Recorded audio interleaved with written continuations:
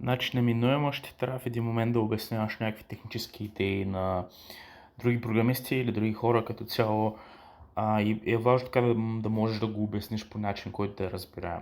Това, което забелязвам като грешка е, че много хора, когато презентират някакси, говорят с предположението, че аудиторията вече знае за какво става на въпрос. Нали?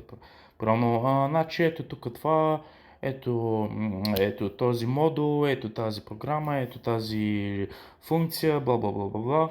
И карат с предположението, че аудиторията вече е напълно в час, нали, знае за какво се използва това, каква е ползата от използването на това нещо. А всъщност не е точно така.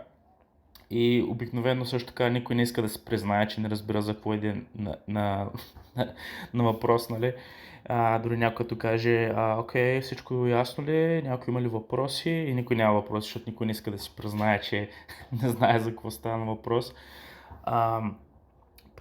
Мисълта ми е, че като презентираш, според мен най-добрият подход е да предположиш, че, нали, малко грубо звучи, но че аудиторията ти са някакви пълни идиоти, не знаят за какво иде реч, и просто да им обясниш, нали, най-вероятно знаете, но ако случайно не знаете, това се използва за бла бла бла бла, нали, няма да нужда да навлизаш чак толкова много в подробности, но поне да имат общата идея за какво иде реч.